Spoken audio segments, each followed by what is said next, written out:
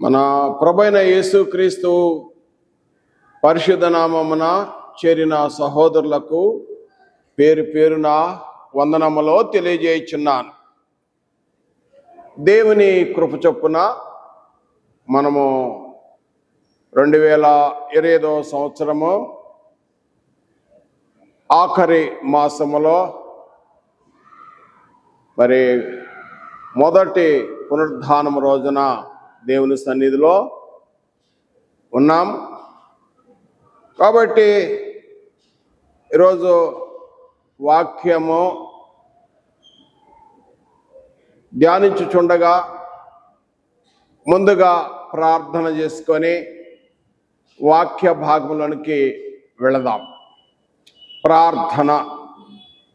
మహాపరిశుద్ధుడైన తండ్రి, స్తుతి స్తోత్రములు మీ ప్రియకుమారుడు యేసుక్రీస్తు నామమున ప్రార్థన చేయుచున్నాము తండ్రి. వాక్యము మీది గనుక పరిశుద్ధాత్మ చేత ప్రేరేపణ లేఖనాలు కావున ఈ వాక్యము బోధించుటకు మాకు శక్తి చాలదు తండ్రి. మీరు మాకు సహాయం చేయండి. మీరు మాతో ఉండి నడిపించమని యేసుక్రీస్తు నామమున ప్రార్థించి వేడుకొంచున్నాము తండ్రి. ఆమేన్. ప్రియమైన సహోదరులారా, ఈరోజు వాక్య భాగము రెఫరెన్స్ చదువుకుందాం. అపోస్తలుడైన పౌలు రోమీయులకు వ్రాసిన పత్రిక 6వ అధ్యాయము 23వ వచనము. 6వ అధ్యాయము 23వ వచనము చదువుతున్నాను. అనగా పాపం వలన వచ్చు జీతము మరణము, అయితే దేవుని కృపా వరము మన ప్రభువైన క్రీస్తు యేసునందు నిత్య జీవము. క్రీస్తు యేసునందు నిత్య జీవము. పాపం వల్ల వచ్చు జీతము మరణము, క్రీస్తు యేసునందు వచ్చు నిత్య జీవము. నిత్య జీవం. అయితే ఈరోజు ఈ వాక్యాన్ని బట్టి అంశము ఏదనగా పాపము అనే అంశాన్ని గురించి మనం ఈరోజు ఈ వాక్యములో తెలుసుకుందాం. పాపం గురించి ఇంతకుముందు కూడా మాట్లాడి ఉన్నాను.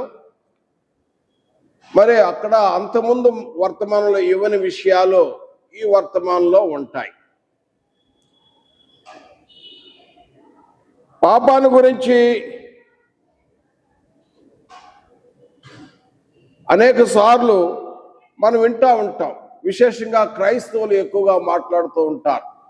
మనం ఎక్కువగా మాట్లాడుతూ ఉంటాం పాపం అని. క్రైస్తవ ఇతరులైతే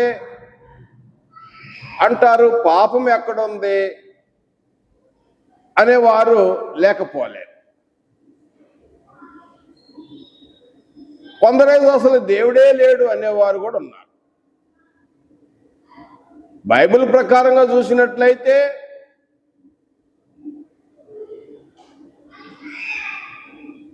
యూదులు, అంతకుముందు రోమీయులు, అంతకుముందు ప్రభావం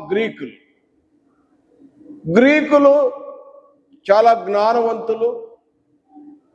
రోమీయులు ఇంకా క్రూరమైన వారు ఎలాంటి వారో మనకు లేఖనాలు చూస్తే తెలుస్తుంది. అపోస్తలుల కార్యములు 17వ అధ్యాయంలో మనం చూడగలుగుతాము.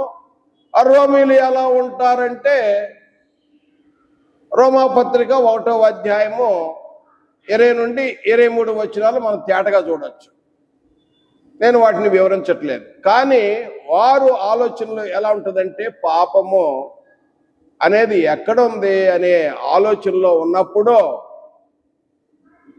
యేసుక్రీస్తు వారు పాపం అనేది ఉందని చెప్పాడు. పాపము చేయవాడు పాపమునకు దాసుడు అని చెప్పాడు.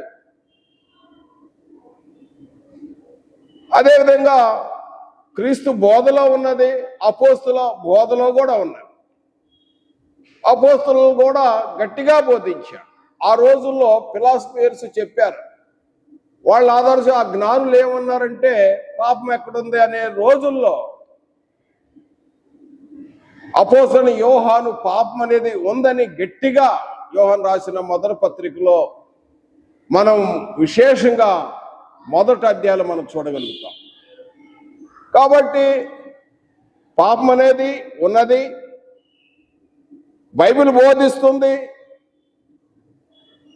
లోకం అనొచ్చు పాపం లేదు, ఏమి లేదు అనొచ్చు, కానీ దేవుని దృష్టిలో బైబిల్ ప్రకారము పాపమునకు జీతం దొరికింది.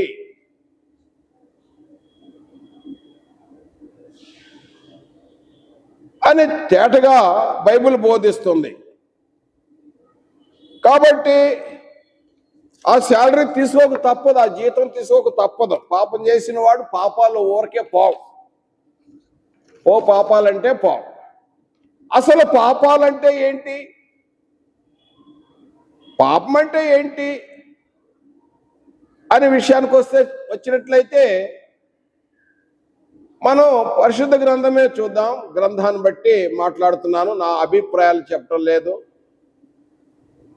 బైబిల్ ప్రకారంగా చూసినట్టయితే యోహాను రాసిన మొదటి పత్రిక 3వ అధ్యాయము 4వ వచనము, 3వ అధ్యాయము 4వ వచనము, ఆజ్ఞాతిక్రమమే పాపము, ఆజ్ఞను అతిక్రమించటమే పాపం. రెండవదిగా చూసినట్టయితే పాపం అంటే బైబిల్ ప్రకారం బైబిల్ డెఫినేషన్ తాత్పర్యం ఏం చెప్తుందంటే యోహాను రాసిన మొదటి పత్రిక 5వ అధ్యాయము 17వ వచనములో సకల దుర్నీతి పాపం. మూడవదిగా పాపం అనగా యాకోబు భక్తుడు అంటున్నాడు,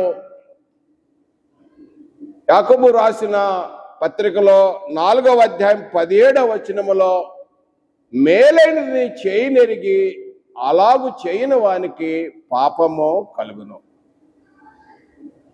నాలుగవదిగా చూసినట్లయితే అపోస్తలుడైన పౌలు రోమీయులకు రాసిన పత్రిక 14వ అధ్యాయము 23వ వచనము, విశ్వాసము మూలము కానిది ఏదో అదే పాపం. ఇవి 4 సందర్భాలు మనము క్రొత్త నిబంధనలో చదివిన పాపము అనగా ఏమిటి. మళ్ళా నేను ఈ 4 విషయాలు కొద్దిగా వివరణ చేస్తాను, ఎందుకంటే సమయాన్ని కూడా జ్ఞాపకం చేసుకోవాలి, దీని గురించి చెప్పాలి. కాబట్టి అసలు ఈ పాపాన్ని గురించి ఏమి చెప్పాలనుకున్నానో దాని గురించి చెప్పాలంటే ముందుగా కొద్దిగా పాపం అంటే ఏమిటని క్లుప్త వివరణ ఇస్తాను, దయచేసి గమనించండి. మొదటిదిగా చూసినట్టయితే ఆజ్ఞ అతిక్రమమే పాపము. ఏదైనా మనం చేసే ఒక కంపెనీ కానీ లేకపోతే మనం ఉదాహరణకు మన భారతదేశ రాజ్యాంగ చట్టాన్ని అతిక్రమించటమే పాపం. అంటే ఇది ఒక నేరం. ఇది నేరం వల్ల శిక్ష వచ్చింది. ఆజ్ఞను అతిక్రమించు, ఎందుకంటే మన భారతీయులము ఆ రాజ్యాంగ ప్రకారంగా ఆ చట్టాన్ని మనం గౌరవించాలి తప్పనిసరిగా. బైబిల్ కూడా బోధిస్తుంది, ప్రభుత్వాన్ని గౌరవించండి, అధికారులు గౌరవించండి, వారి కొరకు ప్రార్థన చేయండి. అయితే ఏదైనా కూడా ఇక్కడ ఏంటంటే ఈరోజు పాఠం ఏంటంటే బైబిల్ ప్రకారంగా మనం చూసినట్లయితే దేవుని యొక్క ఆజ్ఞను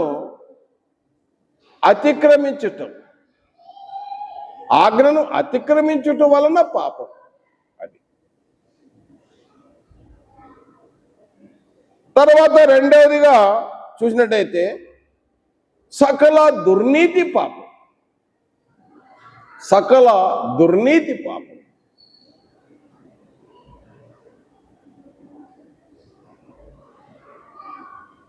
దేవునికి దుర్నీతి ఇష్టం కాదు. దేవుడు నీతిమంతుడు. దేవునికి చేతగానిది ఏంటంటే అబద్ధం ఆడటం చేతగాని. దేవుడు అబద్ధం ఆడాడు. తీతు పత్రికలో 1వ అధ్యాయంలో మనం చూస్తాము, హెబ్రీ పత్రికలో 6వ అధ్యాయంలో అబద్ధమాడ చాలని దేవుడు. దేవునికి అబద్ధం ఉండదు. దేవుడు నీతిమంతుడు. దేవునికి దుర్నీతి ఇష్టం కాదు. దేవుడు నీతిమంతుడు. నీతికి వ్యతిరేకం ఏంటంటే దుర్నీతి. సకల దుర్నీతి పాపం. రోమాపత్రికలో 1వ అధ్యాయం 18వ వచనం చూసినట్టయితే దేవునికి కోపం మనుషుల మీద కాదు, సత్యంను అడ్డగించే వారి మీద దేవునికి కోపము, దుర్నీతి మీద దేవునికి కోపము, భక్తిహీనత మీద దేవునికి కోపము. హెబ్రీ పత్రిక 1వ అధ్యాయం 8-9 వచనాలలో తండ్రి అయిన దేవుడు తన కుమారుని గురించి అంటాడు, దేవా నీవు నీతిని ప్రేమించి దుర్నీతిని ద్వేషించితివి.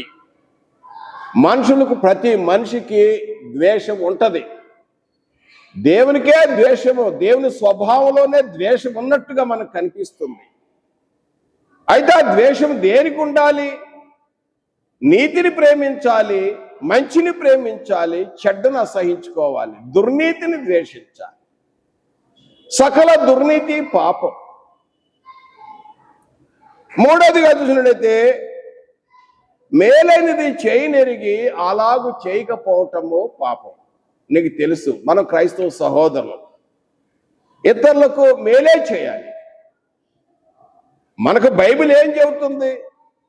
బైబిల్ మనకి ఏం బోధిస్తుంది? Love God, love others, prayer for all.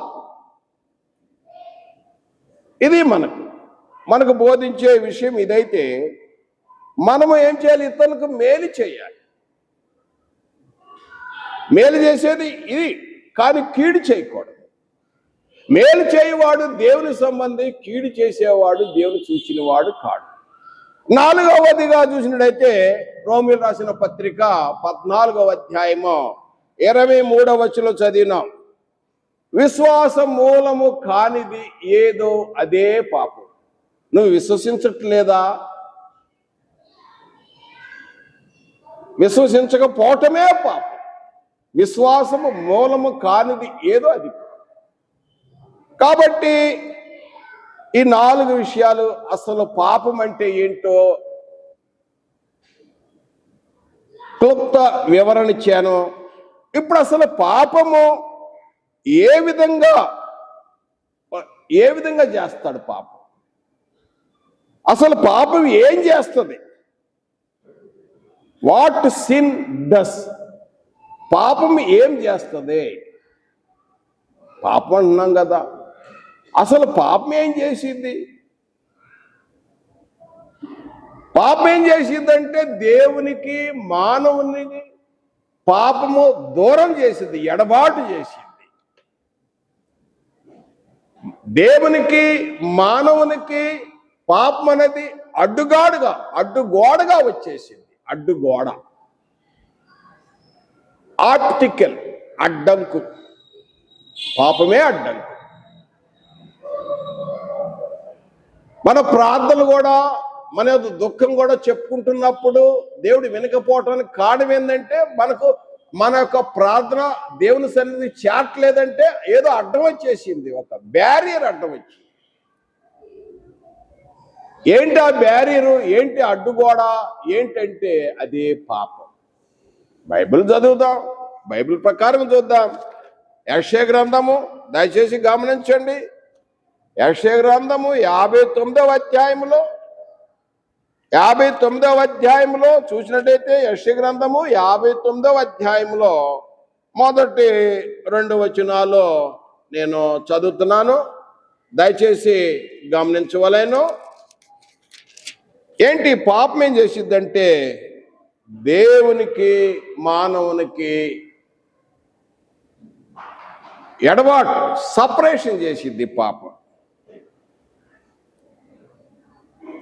రక్షింపనేరక ఉండినట్లు యెహోవా హస్తము కొరచ కాలేదు, విననేరక ఉండినట్లు ఆయన చెవులు మందము కాలేదు. మీ దోషములు మీకును మీ దేవునికి అడ్డముగా వచ్చెను, మీ పాపములు ఆయన ముఖమును మీకు మరుగుపరచును గనుక ఆయన ఆలకింపక ఉన్నాడు. పాపం వచ్చినప్పుడు నువ్వు ఎంత కేకలన్నాయి, ఎంత కేకలేసినా దేవుడు చెవిటివాడు కాదు. ఆయన విననేరక ఉండినట్లు ఆయనకు అన్నీ వినపడతాయి, కానీ మధ్య అడ్డుగోడ అడ్డం వచ్చింది. ఏంటి అంటే అవే పాపములో దోషములు అడ్డం వచ్చింది. రక్షింపనేరక ఉండినట్లు ఆయన హస్తము కొరచగాలేదు, దేవుని చెయ్యి కొరచగాదు. మానవుల చెయ్యిలాగా ఎముకలు చెయ్యి కాదు దేవుని చెయ్యి. ఆయన ఎంత దూరమైనా చాపగలడు. ఆ రక్షింప ఆ ఆపత్కాలములో ఆ అపాయములో ఉన్న స్థితిలో నుండి రక్షించటానికి ఆయన హస్తము కొరచగాలేదు, మానవుల చెయ్యి అందుకోలేదు. ఒక ఉదాహరణ చెప్తాను. మేము చిన్నపిల్లలు అప్పుడు కొన్ని పిక్చర్ చూసాము ఆ రోజుల్లో. ఇప్పుడు కాదు, ఒక 60 సంవత్సరాల క్రితం. అక్కడ ఒక హీరో ఉంటాడు, హీరోయిన్ ఉంటుంది. ఆ కొండ మీద నుండి జారిపోయినట్టు ఉంటుంది. ఆయన వచ్చి పట్టుకోబోయి ఆమె చెయ్యి అందుకోవాలనుకుంటా ఉంటాడు, ఇట్లా అందుకో ఉంటాడు. అవి జారి పడ్డట్టు ఉంటుంది, చూపిస్తూ ఉంటాడు డైరెక్టర్ గారు. పడిపోతాడో ముందు కూర్చున్నాను, పడిపోతాడు అంటూ ఉంటారు. ఆ రోజుల్లో ఆ తెర మీద ఏం కనపడ్డా కూడా భయపడేవాడు. అయ్యో పడిపోతుంది అనేవాడు. ఆయన ఏదో హీరో ఏదో అనుకొని చివరికి చాలా కష్టపడి చివరికి ఆయన పట్టుకొని బయటికి లాగేస్తారు. ఇది మానవుల హస్తం ఇది. కానీ దేవుని హస్తం ఏంటంటే ఆయన చెయ్యి ఎంతైనా చాపగలడు, ఎంతైనా చెయ్యి. ఆయన హస్తం కొరచ కాదు, మానవుని చెయ్యిలా కాదు ఆయన చెయ్యి. కొంతమంది అంటారు, అయ్యా ఈయన చెయ్యి కొరచ చెయ్యి కాదయ్యా, ధారాళంగా ఎత్తా ఉంటాడని చెప్తా ఉంటారు. కాబట్టి దేవుని చెయ్యి అలాంటిది.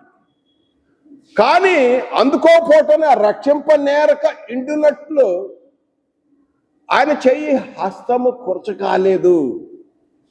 ఎందుకు మరి అందుకోలేకపోతారంటే పాపం అడ్డం వచ్చింది. అది యెషయా గ్రంథము 59వ అధ్యాయము మొదటి 2 వచనాలు. పాపం పెట్టుకొని నువ్వు ఎంత కేకలేసినా ప్రయోజనం లేదు. ఏరి అంటాడు, వారు అబద్ధ ప్రవక్తలతో అంటాడు, మీరు కేకలేయండి, ఇంకా కేకలేసారు. కేకల వల్ల ప్రయోజనం లేదు. యేసు ప్రభు వారు కూడా చెప్పాడు మత్తయి సువార్తలో 6వ అధ్యాయం 7వ వచనంలో అంటాడు, అన్ని జనులాగా కేకలు పెట్టబాకండి, దేవునికి అన్ని తెలుసు, మీరు రహస్యం ఉన్నప్పుడు మీరు ప్రేయర్ చేయండి అడిగాడు. ప్రేయర్ ఎంత చేసినా కూడా పాపం అడ్డం వస్తే మన ప్రేయర్ వినపడదు. యోహాను సువార్త 9వ అధ్యాయం 30వ వచనంలో దేవుడు పాపుల మనవి ఆలకింపడు. పాపం ఏం చేసిద్దంటే ఆయన చెవు దగ్గరికి మన రిక్వెస్ట్ చేరనీయదు. మనం రక్షించటానికి ఆయన హస్తము అందుకోవటానికి అడ్డమేందంటే పాపమే, సపరేట్ చేసిద్ది పాపం. తర్వాత రెండవది, పాపం ఏం చేస్తుందంటే ఈ పాపము కరప్షన్ చేస్తుంది. కరప్షన్ హృదయంలో నుండి వచ్చే ఆలోచనలు. యేసు ప్రభు వారు చెప్పాడు, హృదయం నుండి వచ్చే, నోటి నుండి వచ్చే, ఆ హృదయం నుండి వచ్చేవే అపవిత్రపరుస్తాయి. పాపం ఏం చేసిద్దంటే మనుషులు అపవిత్రపరిచిద్ది. పాపం ఇంకా ఏం చేసిద్దంటే డిస్ట్రాయ్, నాశనం చేసిద్ది పాపం. మానవుడిని నాశనం చేసింది. ఒకడు దేని చేత జయింపడనో వాడి దానికి దాసుడైపోతాడు. కాబట్టి ఆ పాపం ఎట్లా చెప్తే ఆ విధంగా చేస్తా పోతాడు, ఆ విధంగా చేసుకుంటా పోతాడు ఆ పాపం వల్ల. ఎందుకంటే పాపము అతడు జయింపబడ్డాడు. ఒకడు దేని చేత జయింపడనో వాడు దానికి దాసుడవుతాడు. ఒక రాజు ఉన్నాడు, ఇంకో రాజును జయించాడు. ఇక ఆ రాజును వాళ్ళందరినీ ఏం చేస్తారంటే, మీరు మాకు దాసత్వం చేయండి, ఒకప్పుడు నువ్వు రాజువే, ఇప్పుడు మాకు దాసత్వం చేయండి, దాసులుగా ఉండు, లేదా చంపేస్తానంటాడు. అలాగే పాపం చేసేవాడు పాపంకు దాసుడైపోతాడు. ఇక ఆ యజమాని ఎట్లా చెప్తే ఆ డే అంతా ఉదయం నుండి సాయంత్రం వరకు ఎన్ని తగాదాలు, ఎన్ని హత్యలు, ఎన్ని మోసాలు, ఎన్ని అబద్ధాలు, చేయాల్సిన ప్రోగ్రాం మొత్తం షెడ్యూల్ చేసేస్తాడు. త్రాగుబోతు, విందులు అన్నీ ఇవి చెప్పడానికి లేదు, ఇవన్నీ శరీర కార్యాలు. ఈ విధంగా చేసుకుంటూ పోవటం వల్ల ఏంటంటే నాశనం అయిపోతాడు మానవుడు. తర్వాత పాపం ఏం చేసిందంటే మోసం ఇచ్చేసింది. సులుగా చిక్కులు పెట్టేస్తా ఉంటాడు, సులుగా చిక్కులు. పాపమే మోసపోయారు కదా. ఆదికాండం 3వ అధ్యాయం మనకు తెలియదేమని చెప్పండి. మోసం ఇచ్చే పాపం ద్వారా మోసం కలిగిపోయింది. ఇక పాపం ఏం చేసిద్దంటే, పాపం ఎలా వచ్చిందంటే అల్పకాల పాప భోగాలు అనుభవించు అని చెప్తా ఉంటుంది. అల్ప అంటే అల్పకాల పాప భోగాలు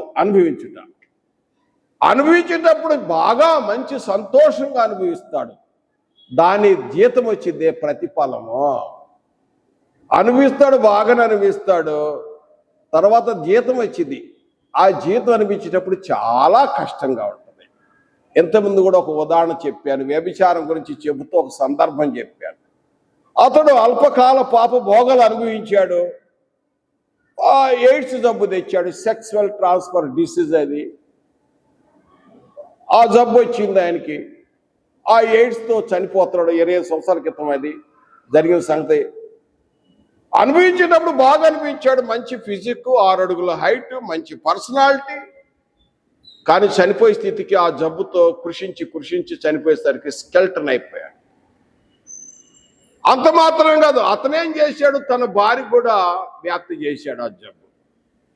అప్పుడు భార్య అంటుంది, ఒరే నువ్వు గాలి తిరిగి అల్పకాల పాప భోగాలు అనుభవించావు, నువ్వు చచ్చావు, ఆ జబ్బు నాకు అంటించావు కదా అని బోర్న ఏడ్చింది. ఆ దృశ్యం ఇప్పటికి మా ఎదుట ఎప్పటికీ జ్ఞాపకం వస్తూ ఉంటుంది. అల్పకాల పాప భోగాలు అనుభవించని చెప్పింది పాపం. ఎంజాయ్ చేయి, తినము, త్రాగుము, సుఖించు, ఎంజాయ్. అందులో దుర్వ్యాపారం ఉంటుంది. సమస్తం కోల్పోతారు, ఆరోగ్యము, డబ్బు, ధనము, ఇట్లు. అది చేసేది పాపం. తర్వాత ఏం చేస్తుందంటే అబద్ధ నిరీక్షణ కలుగజేస్తూ ఉంటుంది. అబద్ధ నిరీక్షణ. కానీ పాపం వల్ల జీతం ఏంటి చెప్పండి? మరణము. మామూలు మరణం కాదది. ఆ మరణం రెండో మరణం. అగ్ని ఆరదు, పురుగు చావదు, చావాలన్నా చావలేడు. ఈ లోకంలో మానవుడు అల్పకాల పాప భాగాలు అనుభవించడానికి బాగా ఆయన అనుకుంటాడు, ఎక్కువ కాలం జీవించాలనుకుంటాడు, ఇంకా ఎక్కువ సంవత్సరాలు జీవించాలనుకుంటాడు. కానీ ఏదో ఒక రోజు చనిపోతాడు. చనిపోయినప్పుడు ఆ పాపంలో వచ్చే జీతం ఉందే, అప్పుడు అనిపించేది అది చాలా కష్టం ఉంటుంది. అది చాలా వేదనకరం. ఆ బాధలు తట్టుకోలేడు. దివారాత్రులు, పగలు, డే అండ్ నైట్. పగలు రెస్ట్ ఉండి రాత్రి వేదన, లేకపోతే రాత్రి రెస్ట్ ఉండి పగల వేదన కాదు. 24 hours, 24/7 అలాంటి వేదన అనుభవించేటప్పుడు బాగుంటుంది. కానీ అక్కడ ఆ యొక్క శిక్ష అనేది తప్పదు దానివల్ల. అప్పుడు అక్కడ బాధపడతాడు, చాలా బాధపడతాడు. భూలోకంలో ఉన్నప్పుడే అనుభవించడానికి ఇంకెక్కువ కాలం జీవించాలనుకుంటాడు. ఆ బాధ తట్టుకోలేకనే త్వరగా చావాలనుకుంటాడు, చావలేడు. ఎందుకు చావలేడంటే ఆత్మకు చావలేదు. శరీర సంబంధం అయితే బాధ కలిగినప్పుడు కష్టాలు ఏమైనా ఏదో ఆత్మహత్య చేసుకోకూడదు, అలాంటివి చేసుకుంటాడు. కానీ అక్కడ అవకాశం లేదు. ఈ స్పిరిచువల్ డెత్ లో, ఆత్మ సంబంధమైన మరణంలో చనిపోవాలని చనిపోలేడు. ఇది జరిగే విషయం. పాపం ఏం చేసిద్దంటే ఫాల్స్ హోప్, అబద్ధ నిరీక్షణ కలుగజేసింది. పాపం ఏ విధంగా చేసిద్ది అనేది తెలుసుకున్నాం. తర్వాత పాపం ఏం జరిగించింది అని చూసుకున్నాం. ఇప్పుడు పాపం ఏ విధంగా వచ్చింది అది. మొట్టమొదటిగా పాపము అనగా నేమి, పాపము ఏమి చేస్తుంది, ఇది రెండో పాయింట్. మూడవదిగా పాపము ఏ విధంగా జరిగిస్తుంది పాపము. ఏ విధంగా అంటే ఇదిగో హృదయము ద్వారా, రెండోది మనస్సు ద్వారా, హార్ట్ అండ్ మైండ్. హృదయము మనస్సు ద్వారా. ఇది ఆత్మ సంబంధమైనది, ఇది స్పిరిచువల్ అన్నమాట. ఈ విధంగా పాపంలోకి తీసుకెళ్తాడు. అది ఏ విధంగా అంటే మొదటిగా చూసినట్టయితే నేను త్వరగా జ్ఞాపకం చేస్తాను, గర్వము. అది ఎవరు కనపడదు, ఇది అంతరంగంగా ఉంటుంది అన్నమాట. గర్వము గమనించవచ్చు కూడా. అసూయ పట్టం. పైకి ప్రేమగానే మాట్లాడుతూ ఉంటాడు, లోపల అసూయ ఉంటుంది. దురాశ, ఇతరుల సొమ్ము ఆశించటం, ఇతరుల డబ్బు స్కీములు పెట్టి దోచుకోవటం, ఇతరుల సొమ్ము కలెక్షన్ చేసుకోవటం. దేవుడేం చెప్పాడు? నీ పొరుగువానిది ఏది ఆశించొద్దని చెప్పాడు. దురాశ, తృప్తి లేని జీవితం, దట్ ఈస్ సిన్, పాపం అది. తర్వాత చూసినట్టయితే మోహపు చూపు. పాత నిబంధనలో చేస్తేనే పాపము, క్రొత్త నిబంధనలో చూస్తేనే పాపం. నీ హృదయములో ఆలోచన వచ్చిందనుకో, మోహంగా ఉన్నావు అనుకో, చూస్తున్నావు, పైకి బలకెత్తున్నావు, కానీ మోహపు చూపు అది పాపమని యేసు ప్రభు వారు చెప్పాడు.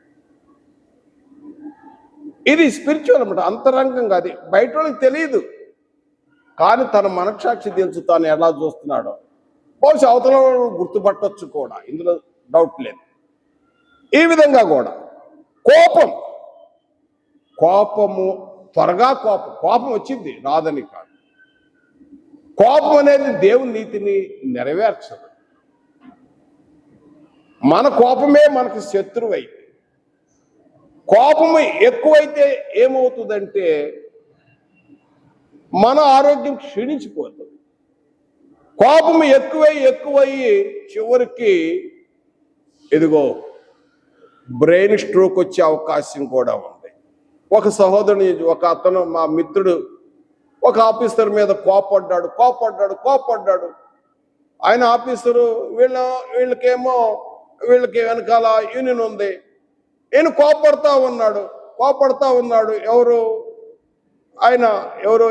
వర్కరు కోపడతా ఉన్నాడు, యూనియన్ సపోర్ట్ చూసుకొని. చివరికి ఏమైంది? ఆ కోపం ఎక్కువయ్యి, బ్లడ్ ప్రెషర్ ఎక్కువయ్యి బ్రెయిన్ స్ట్రోక్ అయిపోయింది. కొన్ని రోజులు హాస్పిటల్ అడ్మిట్ అయ్యాడు, చచ్చిపోయాడు. మన కోపమే మనకు శత్రు. కోపం మంచిది కాదు, సాధ్యమైనది. కోపం వల్ల స్ట్రెస్ వచ్చింది. బైబిల్ బోధిస్తుంది, కోపము సూర్యుడు అస్తమించే వరకు నిలిచి ఉండకూడదు. ఒకవేళ నీ కోపంతో ఉన్నావా, అది పాపమే. ఎవరైనా విసిగిస్తారు, వచ్చింది కోపం. ప్రేమ త్వరగా కోపం పడదు అని ఉంది. త్వరగా వచ్చింది, కోపం వచ్చింది. కానీ ఆ కోపము సూర్యుడు అస్తమించే వరకే ఉండాలి. అది కూడా రాత్రిలో కూడా నువ్వు ఆ కోపాన్ని పెట్టుకొని ఆలోచించావనుకో నిద్ర పట్టదు. నిద్ర పట్టకపోతే రెండో రోజు స్ట్రెస్ వచ్చింది, నీరసం వచ్చింది, ఆరోగ్యం క్షీణించింది. కోపం అనేది మంచిది కాదు. తర్వాత చూడైతే పాపము ఏ విధంగా వస్తుందంటే ద్వేషం, ఇతరులు ద్వేషించకూడదు. బైబిల్ బోధిస్తుంది మనం సహోదరులు ప్రేమిస్తున్నాం కనుక చీకటిలో నుండి వెలుగులోకి వచ్చాం, మరణంలో నుండి జీవంలోకి వచ్చాం. మన సహోదరులను ద్వేషిస్తున్నట్టయితే మనం ఎక్కడికి పోతాం? మళ్ళీ చివరికి మరణంలోకి వెళ్ళిపోతాం. యోహాను రాసిన మొదటి పత్రిక 3వ అధ్యాయము 14-15 వచనాలు. ద్వేషం మంచిది కాదు. ద్వేషం దేనికి ద్వేషం? మనకి దుర్నీతిని ద్వేషించాలి, చెడుని ద్వేషించాలి, మంచిని హత్తుకోవాలి, అంతేగాని ద్వేషం ఉండకూడదు. తర్వాత నేనైతే నా ప్రియ సహోదరుడా ఏంటంటే మరి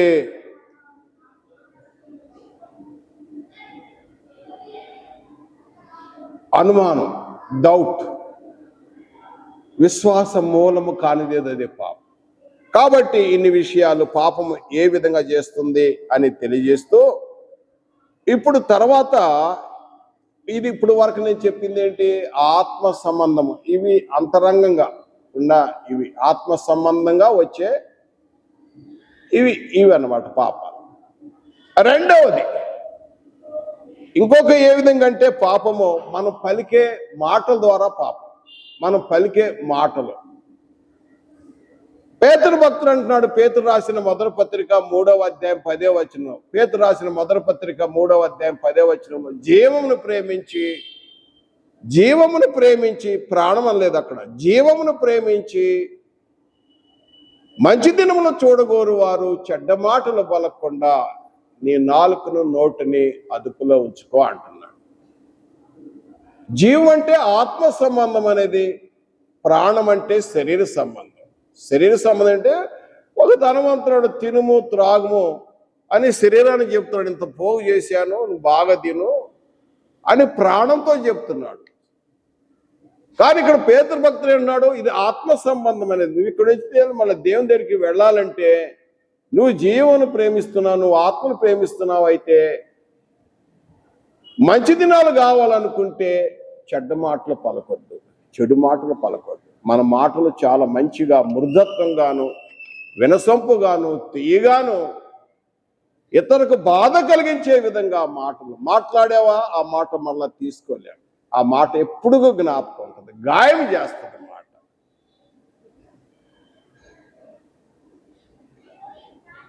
మనం పలికే ప్రతి మాట కూడా లెక్క ఉంటుంది. యేసు ప్రభు వారు చెప్పాడు మత్తయి సువార్త 12వ అధ్యాయం 36-37 వచనం, మీరు పలికిన వ్యర్థమైన ప్రతి మాట లెక్క చెప్పాల్సి వచ్చింది అన్నాడు. మనం పలికిన మాట ఎవరు వింటలేదు అనుకోవద్దు. గోడలు వింటున్నాయి, గోడలు. ఇప్పుడు నేను పలికే ప్రతి మాట ఈ చుట్టూ గోడలు కూడా వింటున్నాయి. గోడలు ఏమున్నాయి? రాళ్ళు ఉన్నాయి, రాళ్ళు వింటున్నాయి. యెహోషువ గ్రంథము 24వ అధ్యాయంలో ఆఖరి వచనాలు ఉంది. అక్కడ ఒక రాత్రి నిలబెట్టి యెహోషువ అంటున్నాడు, మీకు మనం చెప్పిన ఈ యొక్క వాగ్దానము ఎవరో కాదు సాక్ష్యము, ఈ రాళ్లే అన్నాడు. ఈ రాయే సాక్ష్యం అన్నాడు. రాయి సాక్ష్యం ఉంటుంది. ఇంకొక విషయం చెప్పాలి, మనము వ్యర్థమైన మాటలు, సరసోక్తులు, పోకిరి మాటలు క్రైస్తవులకు పనికిరాదు. ఎవరైనా భక్తిపడ్డ అనుకుంటే, భక్తిపడ్డ అనుకుని వ్యర్థమైన మాటలు మాట్లాడితే యాకోబు భక్తుడు అంటాడు 1వ అధ్యాయం 26వ వచనంలో, 1వ అధ్యాయంలో వాని భక్తి వ్యర్థమే అన్నాడు. కొంతమంది నేను చూస్తూ ఉంటా, చాలా భక్తిగా ఉంటారు, కానీ మాటలు వచ్చేసరికి సరసోక్తులు, పోకిరి మాటలు లాంటివి, తర్వాత అపహాస్యము, ఇలాంటి మాటలు, అవి భక్తిపరుడు లక్షణం. భక్తి కోల్పోతారు. మాటల ద్వారా పాపం. తర్వాత చూడైతే పాపము ఏ విధంగా ఇంకా మనకు ప్రవేశించిందంటే ఇతరుల మీద. ఇతరులు అంటే ఇందా చెప్పుకున్నాం, ద్వేషమని, ఇతరులు హత్య చేయటమని, హత్య చేయటము, ఇతరులతో వ్యభిచారం చేయటము, జారత్వం చేయటము, దొంగతనం చేయటము, అబద్ధాలు మాటం, పేదలను అసహించుకోవటం. పేదలను అసహించుకోకూడదు, దారిద్ర్యం ఉన్న వాళ్ళని అసహించుకోవద్దు. ఎవరన్నా ఆయన ఎదుట మన సహోదరుడు ఎవరైనా పేదవాడు ఉన్నాడా, వాళ్ళు చూసి అసహించుకోవద్దు, వాళ్ళని ఎగతాళి చేయకూడదు. అది ఎందుకు వచ్చిందో దేవుడు అతనికి ఏ పాఠం నేర్పుతాడో మనకు తెలియదు. సామెతల గ్రంథంలో 14:31 చూస్తే, పేదవారిని, దారిద్ర్యం ఉన్న వాళ్ళని మనం ఎగతాళి చేస్తే అది ఎందుకంటే సృష్టికర్తనే మనం అన్నట్టు. ఆ లోపం మీద పేదవాడు ఎందుకాడు, మన సృష్టికర్తను నిందించినట్టు అని రాయబడి. ఇక ఆఖరిగా చూసినట్టయితే ఇతరుల మీద ప్రభావం, ఇతరుల వల్ల, ఇతరులకు వ్యతిరేకం వల్ల. ఈ విషయం గట్టిగా చెప్పాలి. తల్లిదండ్రులకు అవిధేయులుగా ఉంటాం. ఎందుకంటే తల్లిదండ్రులు పెంచి పెద్ద చేశారు. మీ పేరెంట్స్ పెంచి పెద్ద చేశారు. పెద్ద చేసినప్పుడు ఇప్పుడు వాళ్ళ తల్లిదండ్రులు ఓల్డ్ అయిపోయారు, ముసలాళ్ళు అయిపోయారు. వాళ్ళని నిర్లక్ష్యం చేయకూడదు. తల్లిదండ్రులకు అవిధేయులుగా ఉండకూడదు. అది కూడా పాపమే. బైబిల్ టీచర్స్, బైబిల్ బోధిస్తుంది. ఎందుకంటే అదే చదివినిపిస్తాడు, దేవుడే చెప్పిస్తాడు. దేవుడైన యెహోవా చెప్పిస్తున్నాడు ఇశ్రాయేలు ప్రజలతో, మీరు చెప్పండి ఆమెన్ ఆమెన్ అని చెప్తా ఉండని చెప్పించాడు మోషే ద్వారా. ద్వితీయ దేశకాండములు ఆమెన్ అనగా జరుగును గాక, అలాగ జరుగును గాక అంటావయ్యా. ద్వితీయ దేశకాండము, ఎందుకంటే తల్లిదండ్రులను అవిధేయులుగా నిర్లక్ష్య పెట్టితే అది శాపగ్రస్తుడవుతాడని బైబిల్ రాయబడింది. ద్వితీయోపదేశ కాండము 27వ అధ్యాయము 16వ వచనములో చదువుతున్నాను. అప్పుడు ఈ వచనము చదివించి ఆమెనని చెప్పించారు. తన తండ్రి అయినను తన తల్లి అయినను నిర్లక్ష్యము చేయువాడు శాపగ్రస్తుడని చెప్పగా ప్రజలందరూ ఆమెన్ అని అనవలెను. ఎవరైతే తల్లిదండ్రులను నిర్లక్ష్యం చేస్తే శాపగ్రస్తుడు అని చెప్పగా అందరూ ఏం చెప్పాడు, అక్కడ ప్రజలందరూ ఆమెన్ ఆమెన్ అంటపోయారు. అలాగూ జరుగును గాక ఎస్ అంటపోయారు, ఏకీభవించారు. ఎందుకు తల్లిదండ్రులకు అవిధేయులు ఉండాలి, ఎందుకు తల్లిదండ్రులు గౌరవించాలంటే చిన్నప్పటి నుంచి పెంచి పెద్ద చేశారు, నీకు ఉపకారం చేశారు, నీకు మేలు చేశారు. పౌలు గారు అంటాడు, తల్లిదండ్రులకు ప్రత్యుపకారం చేయాలి. ప్రత్యుపకారం, నీకు మేలు చేశారు కదా, నువ్వు మళ్ళా మేలు చేసిన వారికి మేలే చేయాలి. ఉపకారికి ఉపకారమే చేయాలి కానీ అపకారం చేయకూడదు. మేలు చేయవాడు దేవుని సంబంధి, కీడు చేసిన వాడు దేవుని చూసిన వాడు కాదు. తల్లిదండ్రులకు నిర్లక్ష్య పెట్టడం మంచిది కాదు. ఆయుష్ తక్కువైపోయింది. నువ్వు 100 సంవత్సరాలు బతకాలనుకో, తల్లిదండ్రులు దుఃఖ పెడితే ఆయుష్ తగ్గిద్దన్న యథార్థం చెప్తున్నాను. అన్న అక్కలారా, ఒకవేళ మీకు తల్లిదండ్రులు ఉంటే వాళ్ళని గౌరవించండి. ఒకవేళ తెలియకపోతే తెలియనప్పుడు మనకు తెలియదు ఏం చేసావు. ఇప్పుడు వాక్యం ద్వారా తెలుసుకుంటున్నావు, ఆ సత్యాన్ని నేను తెలుసుకుంటున్నాను. ఇప్పుడు నా తల్లిదండ్రులు చూద్దామంటే లేరు వాళ్ళు. అవకాశం ఉన్నప్పుడే చూడాలి, ఎప్పుడో చూస్తా అంటే కాదు. తర్వాత చూస్తాను, నిన్ను కారులో తిప్పుతాను, అట్లా చేస్తానంటే కాదు. ఇప్పుడు పరిస్థితి ఏంటి నీ తల్లిదండ్రులు?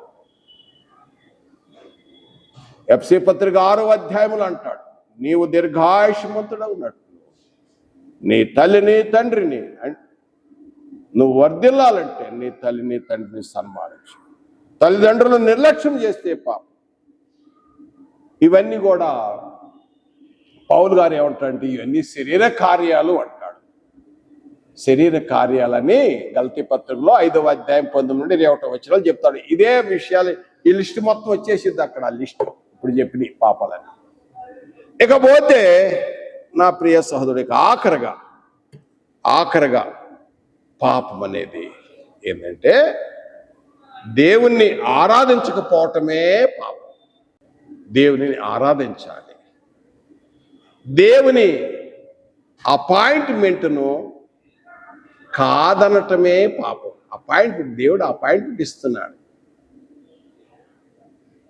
దేవుడు అపాయింట్మెంట్ ఇస్తున్నాడు. ఆదివారం సంఘంగా కూడుకోమని చెప్తున్నాడు. కొందరు మానుకొనుచున్నట్టుగా సమాజము కూడుట మానక ఆ దినము సమీపించిన కొలది మరి అలాగు చేయొచ్చు ప్రేమ చూపుట ఎందును సత్కారములు చేయుట ఎందును ఒకరు పురికొల్పుకోలేను. ఏంటంటే ఆరాధన వీరపోస్తల బోధ ఎందును సహవాసమందును రొట్టె విరుచుట ఎందును ప్రార్థన చేయుట ఎందును కానుకలు ఇచ్చుట ఎందును పాటలు పాడుట ఎందును 5 అంశాలతో ఆరాధన చేస్తారు. దేవుడు అపాయింట్మెంట్ ఇస్తున్నాడు. పాత నిబంధనలో ఎక్కడ అపాయింట్మెంట్ ఇచ్చాడు? ప్రత్యక్ష గుడారంలో. అది తాత్కాలికం. ఆ ప్రత్యక్ష గుడారంలో అక్కడ ఆయన మహిమ వచ్చింది. ఆ అతి పరిశుద్ధ స్థలంతో తన మహిమ వచ్చి నిలబడింది. కానీ ఇప్పుడు క్రొత్త నిబంధనలో ఎక్కడ?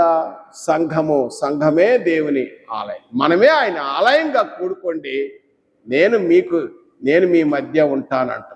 ఏలనగా 2-3 నా నామను ఎక్కడ కూడిందరో అక్కడ నేను ఉంటాను. దేవాలయం కంటే గొప్పవాడని యేసు ప్రభువు అని చెప్పాడు. కాబట్టి ప్రభు మనకు అపాయింట్మెంట్ ఇస్తున్నాడు. ఏంటంటే ఆదివారము సంఘముగా కూడుకొనుట. ఈ అపాయింట్మెంట్ నిర్లక్ష్యం చేయటమే పాపం. దేవుని సన్నిధికి రాకపోవటం పాపం.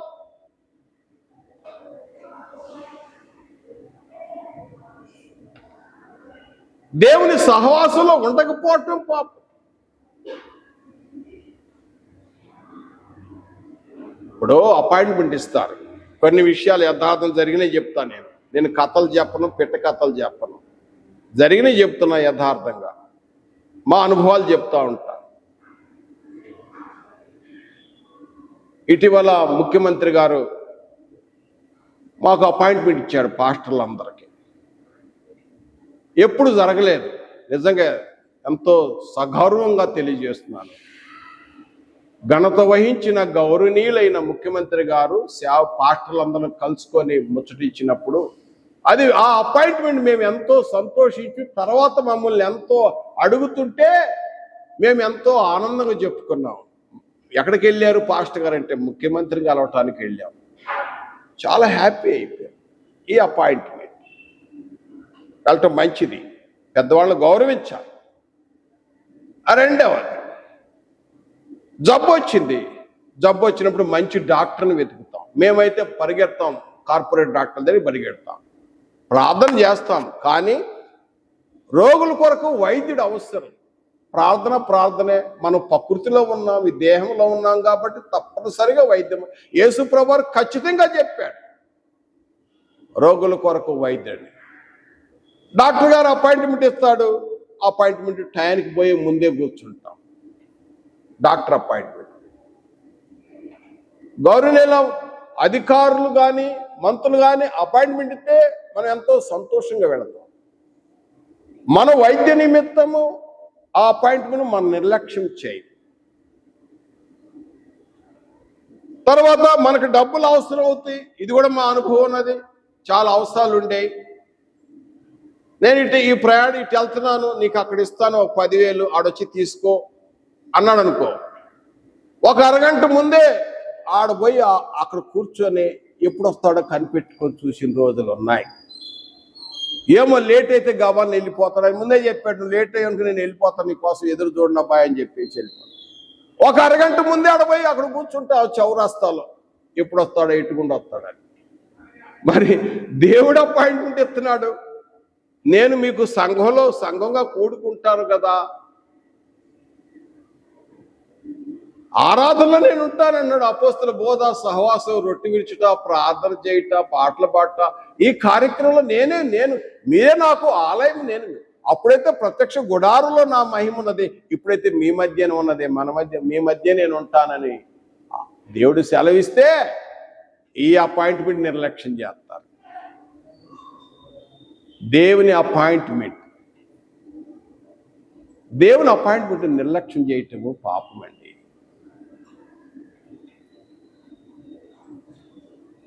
చివరిగా చూసినట్టయితే నా ప్రియ సహోదరుడా, ఇక ముగింపులో పాపం వలన వచ్చేది ఏంటి? పాపం ఉందా లేదో ఇప్పుడు తెలుసుకోండి, దీన్ని బట్టి అర్థం చేసుకోవచ్చు. పాపం వలన వచ్చు జీతం ఏంటి? శాలరీ. నువ్వు వద్దన్నా తీసుకోక తప్పదు. పాపంలో వచ్చే జీతము మరణం. ఆ శాలరీ, ఆ వేజెస్ తప్పనిసరిగా దొరికింది. అయితే మరి దీని నుండి తప్పించుకునే మార్గం ఉందా? ఎవరు మంచివాళ్ళండి అని కూడా అంటారు. నిన్న రోజు ఇదే వాక్యం చెప్పగల సార్ ఇట్లా చెప్పే ఎవరు మంచివాళ్ళు సార్ అని. నిజమే ఆ మాట కూడా. బైబిల్ కూడా ఆ విషయమే బోధిస్తుంది. నీతిమంతుడు ఒక్కడో లేడు, ఏ భేదము లేదు. అందరూ పాపం చేసి దేవుడు అనుగ్రహించు మహిమను పొందలేకపోతాడు. ప్రతి మానవుడు ఈ యొక్క విషయంలో సమస్యలో ఉన్నాడు. ఇది ఒక పెద్ద సమస్య, ఒక అడ్డంకు. దానికి రెమెడీ ఏంటంటే అదే ఏముందంటే 6వ అధ్యాయం, రోమాపత్రికలో 6వ అధ్యాయం 23వ వచనంలో, పాపం వల్ల వచ్చే జీతము మరణమైతే క్రీస్తు యేసు నందు ఆయన కృపా వరము, ద గిఫ్ట్ ఆఫ్ గాడ్, దేవుడు మనకు అనుగ్రహించిన వరము ఏంటి? అసలైన క్రిస్టమస్ అదే, క్రీస్తును కలిగి ఉండటమే. ఆ క్రీస్తును కలిగి ఉండటమే వరం. ఏంటి ఆ వరం అనందేంటి? రక్షణ. క్రీస్తు యేసునందు నిత్య జీవం. కాబట్టి నా ప్రియ సహోదరుడా, మనం ఏం చేయాలి? పాపంతో పోరాడాలి. పాపానికి దాసుడు కాకూడదు. హెబ్రీ గ్రంథకర్త అంటాడు 12వ అధ్యాయంలో, 11వ అధ్యాయంలో విశ్వాస వీరుల గురించి చెప్పిన తర్వాత 12వ అధ్యాయం 4వ వచనంలో అంటాడు, పాపముతో ఏ విధంగా పోరాడాలంటే రక్తము కారునంతగా పోరాడాలి అంటాడు. రక్తము కారునంతగా పాపంతో పోరాడాలే కానీ పాపంతో కాంప్రమైజ్ కాకూడదు. అది పోరాడాలి, మంచి పోరాటం. రక్తం కారణం అంటే ఫైటింగ్ ఉంటుంది కదా, బాక్సింగ్ ఇట్లా. ఆ పోరాటంలో చాలా గాయాలు తగ్గుతాయి, దెబ్బలు తగ్గుతాయి. ఓడిపోకూడదు, నాకౌట్ కాకూడదు. పోరాడాలి, పాపంతో గెలవాలి. రక్తము కారునంతగా, హెబ్రీ పత్రిక 12వ అధ్యాయం 4వ వచనంలో, పాపముతో రక్తము కారునంతగా పోరాడాలి కానీ ఓడిపోకూడదు. ఓడిపోయావా వాడికి దాసుడైపోతాను, నీకు నేను దాసుడిగా చేసుకుంటాను. పాపం అనేది ఉన్నది నా సహోదరుడా, పాపం అనేది ఉన్నది. అప్పుడు తెలిసిద్ది. కాబట్టి ఈ విషయాలను మరి పాపాన్ని గురించి తేటగా తెలియజేసి ఉన్నా. మీరు మరొకసారి ఇగో ఇక్కడ చూడండి, ఇప్పుడు బోర్డు ద్వారా నేను చెప్పిన పాఠాన్నే జ్ఞాపకం చేస్తున్నాను. రోమపత్రిక 6వ అధ్యాయము 23వ వచనము చదివినాము. అంశం ఏమనగా పాపము. పాపం అంటే ఏమిటి? పాపము ఏమి చేస్తుంది? ఏ విధంగా దేవుని దూరం చేస్తుంది? పాపము ఏ విధంగా ఆత్మ సంబంధంగా, మాటలు, ఇతరులు, శరీర కార్యాలు, ఇవన్నీ చివరిగా దేవుని నిర్లక్ష్య పెట్టడమే, ఆరాధనకు రాకపోవటమే, దేవునితో సహవాసం ఉండకపోవటమే. దేవుని ప్రణాళికలో జగత్తు పునాది వేయబడక మునుపే ఆయన సంకల్పంలో ఉన్న నీవు ఇంత గొప్ప రక్షణ నిర్లక్ష్యం చేసుకుంటే ఎలాగో తప్పించుకుంటావు నా సహోదరుడా? ఒకవేళ నువ్వు దేవుని సన్నిధికి రాకపోతున్నావా, ఇదిగో ఆరాధన ఎన్ని జాగ్రత్తగానే ఉంటున్నావు, మంచోడివే, కానీ ఇక్కడ నిర్లక్ష్యం చేస్తున్నామేమో చూడు. కాబట్టి ముగింపులో 2 జీతాలు ఉన్నాయి. ఈ జీతం తీసుకోక తప్పదు. ఏంటంటే ఒక జీతం ఏంటంటే పాపం వల్ల వచ్చు జీతం ఏంటి? మరణం. పాపం వల్ల వచ్చే జీతము మరణం. క్రీస్తు యేసునందు నిత్య జీవం. క్రీస్తు నందుంటే యుగ యుగాలు, తరతరాలు దేవుడు, దేవదూతలు ఆ నిత్యత్వంలో ఉంటావు. ఎందుకంటే నిత్యత్వం నుండి వచ్చావు కాబట్టి నిత్యత్వంలోకి వెళ్ళిపోతావు. మరి పాపంలో జీతంలో ఆ జీతం పొందడానికి ఒక ఇన్ఛార్జ్ ఉన్నాడు, ఎవరంటే అపవాది. వాళ్ళందరూ తీసుకెళ్ళిపోతాడు. ఏం తీసుకెళ్తాడంటే చిన్న బిడ్డలు, దయచేసి గమనించండి, చిన్న బిడ్డల్ని చేయి పట్టుకొని తీసుకెళ్తారు, రా అని తీసుకెళ్తాడు. ఇటు రా, మనకి ఇది ఉందిరా, ఏది అపవాది వాని ప్రతిలకు కలగబోయే ఉందే నిత్యాగ్ని, పద వెళ్ళిపోదాం అంటాడు. తీసుకొని చిన్న పిల్లల్ని పట్టుకున్నట్టుగా తీసుకెళ్తాడు అపవాది. నేనే నిన్ను నడిపించింది ఆయన, ఆ సత్య మార్గం నుండి తొలగించింది నేనే, నీకు తండ్రి నేనే, రా నాకు ఉంద శిక్ష నీకు ఉంటుందిరా, మన అనిపిద్దారా అని తీసుకెళ్తాడు. ఎందుకంటే జీవితం ముగింపులో జరిగేది ఏంటంటే ఆఖరిలో ఎవరింటికి వారు వెళతారు. ఎవరింటికి సాయంత్రం అయింది, మనం అందరం ఎవరింటికి వాళ్ళు వెళ్తాం కదా, ఎక్కడే కూర్చోం కదా, ఈ ప్రోగ్రాం కాగానే ఎవరింటికి వాళ్ళకి వెళ్ళిపోతారా లేదా? అట్లానే అపవాది వానితోటి సంబంధులు అందరూ వాడింటికి వెళ్ళిపోతారు. ఎవరికి అగ్ని ఆరదు, పురుగు అక్కడికి వెళ్తారు. క్రీస్తు యేసునందు ఉన్న వాళ్ళు నిత్య జీవంకి వెళ్ళిపోతారు. నువ్వు ఏ ఇంటికి వెళ్తావు నా సహోదరుడా? నీ ఇల్లు ఎక్కడ? దేవుడి మేలతో ఆశించుగాక. ఆమేన్. ప్రార్థన. ప్రేమ నమ్మకైన తండ్రి, స్తుతి స్తోత్రాలు మీ ప్రియ కుమారుడు యేసుక్రీస్తు నామమున ప్రార్థన చేస్తున్నాం తండ్రి. ఒకప్పుడు మాకు ఈ సంగతి తెలియక అవిశ్వాసం వల్ల చేశాం తండ్రి. ఇప్పుడు మీ కృప ఉంది, మీ కృపలో ఉన్నాం కాబట్టి ఇక పాపానికి ఇక తావులేదు. పాపాన్ని సిలువ వేసేసాం క్రీస్తు కూడా తండ్రి. ఇప్పుడు క్రీస్తునందు క్రీస్తులాగా ఆ యొక్క మాదిరిలో నడుస్తుండగా తండ్రి, మీ ప్రేమను బట్టి మేము థ్యాంక్స్ చెల్లిస్తున్నాం. ఈ మాదిరి జీవితం యేసుక్రీస్తు ద్వారా మాకు ఇచ్చారు. యేసుక్రీస్తు వారు మరణ సమాధి పునరుత్థానం ద్వారా మాకు రక్షణ సంకల్పం ఇచ్చారు, మాకు సంఘము సహవాసం ఇచ్చారు, పరిశుద్ధాత్మని వరం ఇచ్చారు తండ్రి. ఒక సత్య మార్గములో, ఇది సత్య మార్గము, నిత్య జీవ మార్గము, నిత్య జీవ సత్య మార్గంలోకి క్రీస్తు ద్వారా మాకు అనుగ్రహించినందుకు కృతజ్ఞతాస్తుతులు స్తోత్రాలు చెల్లిస్తూ యేసుక్రీస్తు నామమున ప్రార్థించి వేడుకొనుచున్నాము తండ్రి. ఆమేన్.